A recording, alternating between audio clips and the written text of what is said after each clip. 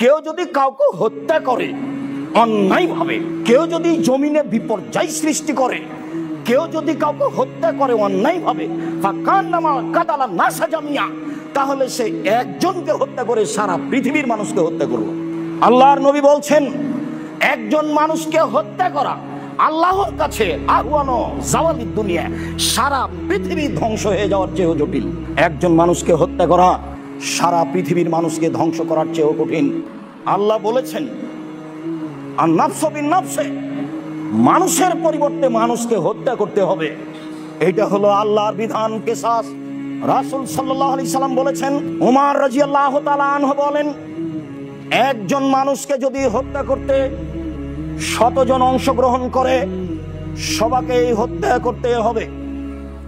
মহান আল্লাহ বলেন, ওমান ইয়াকতুল মুমিনান মুতাআম্মিদা, কেউ যদি মুমিন পুরুষ নারীকে হত্যা করে, আল্লাহ তাআলা বলেন, ফাজাযাউহু জাহান্নাম, তার ফলাফল জাহান্নাম, খালিদান ফিহা, জাহান্নামে চিরদিন থাকবে।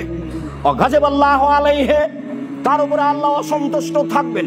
ওয়া লানাহু, আল্লাহ তার উপরে অভিশাপ করেছেন। ওয়া আদাল্লাহু লাহু আযাবান আযীমা, আল্লাহ তার জন্য কঠোর থেকে কঠোর, বড় থেকে বড় শাস্তি নির্ধারণ করেছেন।